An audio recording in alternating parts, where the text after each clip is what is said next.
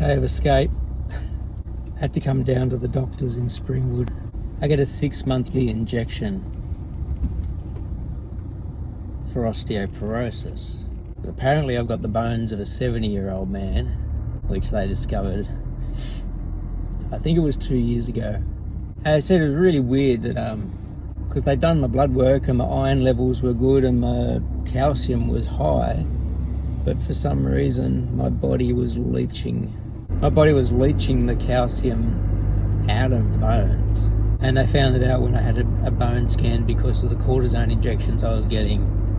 It wasn't the cortisone causing it.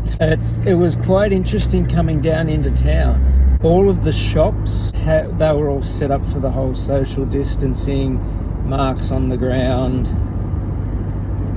customer limits in certain stores because of the square meterage of the store, perspex shields up at the counters and all that sort of stuff to protect everybody.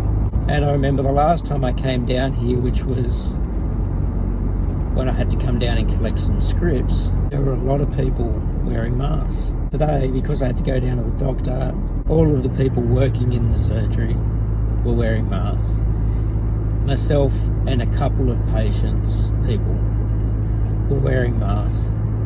But by the by, when I walked in the street, it looked like I was probably the only person walking around wearing a mask and wearing gloves. I had those so that whatever I touch, when I get back to the car, I can take them off, and it means I don't have to be using hand sanitizer and all that sort of stuff constantly. I don't know whether, because we're up in the mountains, there's people up here that don't think that we could be susceptible to it up here. Like there was recently a cluster down in Penrith, which is the base of the mountains, and they were encouraging everybody in that area, if you've got symptoms, go to the doctor and get tested. And when I was still at work, they found some people in Katoomba, which is the top of the mountains. So Katoomba had a little cluster, and then Penrith and part of all of Sydney have got their little clusters. For my own health and my family's health, I've gotten rid of my own stigma of, geez, I'll look weird wearing a mask and gloves and stuff. Man, I've got a full tank and diesel now 99 cents. Unleaded 89 cents. I think I filled up when I got the fridge, and I've gone nowhere apart from up to the vet. I hold a real concern, even though the numbers in Australia aren't that high. I think overall we only got like 6,500 cases in the whole country, and there's been 78 deaths this morning. There was a 60-year-old man who passed away overnight from COVID. 78 deaths out of our whole country of, I still don't think our population's at 30 million. I'll have to check that. Check it, and I'll put it at the bottom of the screen. But I think because our cases haven't been that high, 21 of the deaths were directly linked to a cruise ship that came in. So that's almost a third of the total deaths in the country. But I know they're saying that May 11th is when students are supposed to be going back to school, 1 day a week. And I've been on Twitter this morning, and apparently all principals had a meeting yesterday, like an online meeting. And I've seen some of the formulas that some schools are planning on doing to try and get their students back at 1 day a week. I am super concerned for teachers, students, and the families of students, because you keep hearing this quote, kids don't seem to be dying from COVID. And that doesn't mean that they're not catching it and carrying it. I'm super concerned for all of our students, or all the students worldwide, like across the country, whose grandparents might live with the family, or even who they might have older parents, because they're big families. Super concerned for that.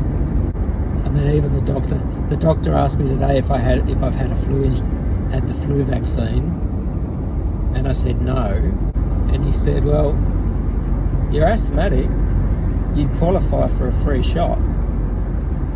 And he said, in that way, there's the flu and there's COVID, and he goes, at least if you have the flu shot, then you've only got one nasty to worry about. I think generally at the moment, wearing the masks, being really clean, staying at home, I'm going to be clear of both of them. I've never had the flu shot, I've never wanted it.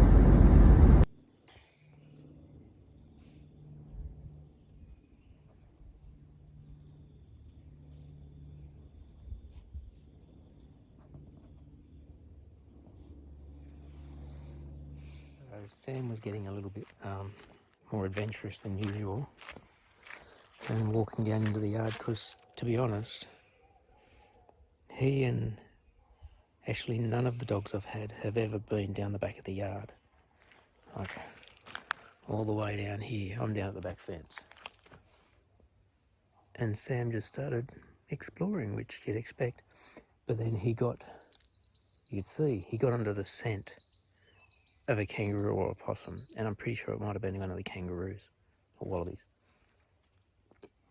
Because when he was at my dad's, when he was younger, they did have kangaroos that would come into their yard, and I reckon it was a case of he's gotten onto a scent that he remembers, and he just started following it. And he followed it and followed it, and he was following it down the yard, and he got down to here,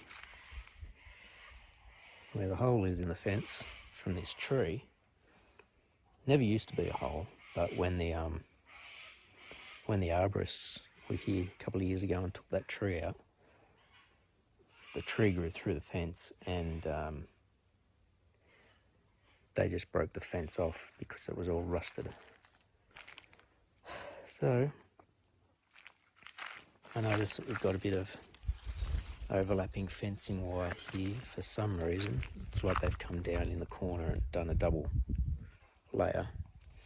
So where this big star picket is, I just started trying to unravel. I'm going to cut that section out, use that to block up the hole, because I like that he's exploring, but I don't want him disappearing out into the bush and following the scent of a kangaroo.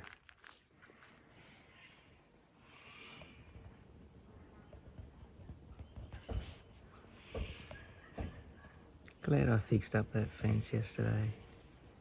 I knew he'd get adventurous as soon as he was able to be.